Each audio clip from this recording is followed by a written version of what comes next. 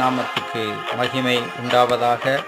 இன்றைக்கு நாம் சேஷ்டம் என்கிறதான ஒரு புதிய வார்த்தையை கற்றுக்கொள்ளப் போகிறோம். அது நாகும் புத்தகம் 3ஆம் அதிகாரம் 8ஆம் வசனத்திலே அந்த வார்த்தையை நாம் பார்க்கிறோம்.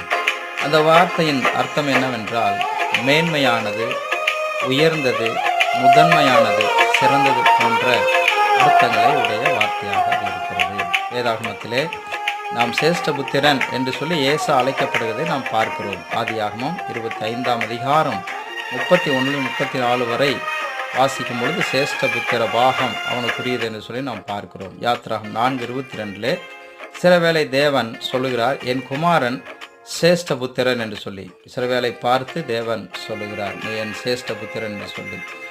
புதிய ஏற்பாட்டில் நாம் வாசிக்கும் பொழுது கொலோசியர் புத்தகம் 1:15 அவர் அதரிசனமான தேவனுடைய தற்சுரூபமும் சர்வ சிருஷ்டிக்கும் முந்தின சேஷ்டருமாய், அதாவது முந்தின பேரானவராய் இருக்கிறார் என்று சொல்லி. எபிரேயர் 1:6 மறுபடியும் சிரேஷ்டபுத்திரனை உலகத்தில் பிரவேசிக்க செய்த போது என்றெல்லாம் நாம் பார்க்கிறோம். 1 கொரிந்தியர் 12:31 நாம் பார்க்கும் பொழுது அங்கே கிருபாசனங்கள் வைக்கப்பட்டிருக்கிறது. சேஷ்டமான வழியை உங்களுக்கு காண்பிக்கிறேன் என்ற வார்த்தை கூட அங்கே இருக்கிறது. அதாவது மேன்மையான சிறந்த பண்புகளுடைய ஒரு வார்த்தை அது. ஆகவே இந்த வார்த்தை மிக முக்கியம். எபிரேயர் 11:4 விசுவாசத்தினாலே ஆபேல் காயினுடைய பலியிலும் சிரேஷ்டமான பலியை செலுத்தினான் என்று சொல்லி நாம் பார்க்கிறோம். இதெல்லாம் சிரேஷ்டம் என்றிருக்கிறது. சிரேஷ்டம் என்பது தேவனுக்குரிய கனத்தையும் முதற் பேரானவருக்குரிய உரிமையையும் மற்ற எல்லாவற்றையும் மேன்மையான ஒரு நிலையை குறித்து பயன்படுத்தப்படக்கூடிய ஒரு வார்த்தையாக இது இருக்கிறது. ஆங்கிலத்திலே இதற்கு எக்ஸலண்ட் என்றும் பெஸ்ட் என்று சொல்லியும் சுப்ரியர் என்று சொல்லியும் இருக்கிறது. ஆகவே இப்படிப்பட்ட வார்த்தையில் அங்கே உபயோகப்படுத்தப்படுகிறது.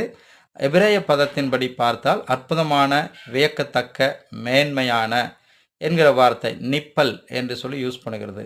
ரோஸ் தலைவன், முதன்மையான என்ற வார்த்தைகள் பயன்படுத்தப்படுகிறது. மரோம் என்று, அதாவது உயர்ந்த, மேலான என்கிற வார்த்தைகள் அங்கே உபயோகப்படுத்தப்படுகிறது. கிரேக்க மொழியில் பார்த்தீங்கன்னா அது அங்கேயும் சிறந்த அல்லது உயர்ந்த என்ற பொருளிலே வருகிறது. அரிஸ்டோஸ் அப்படின்ற வார்த்தை மிகச்சிறந்த, தகுதியான என்று வருகிறது. காலோஸ் என்றால் அழகான, நட்புடைய, நற்பண்புடைய, சிறந்த என்ற வார்த்தைகளுக்குரிய அர்த்தமாக அது இருக்கிறது. ஆகவே இன்றைய சேஷ்டம் என்றதான வார்த்தையை கற்றுக்கொண்டோம்.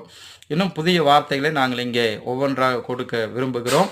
வேதத்தில் உங்களுக்கு புரியாத வார்த்தை இருந்தால் நீங்கள் கேளுங்கள், அதுக்கான பதிலை நாங்கள் தருகிறோம். சேனலை சப்ஸ்கிரைப் பண்ணிக்கொண்டு பாருங்கள். தேங்க்யூ. கர்த்தர் உங்களை ஆசீர்வதிப்பார்.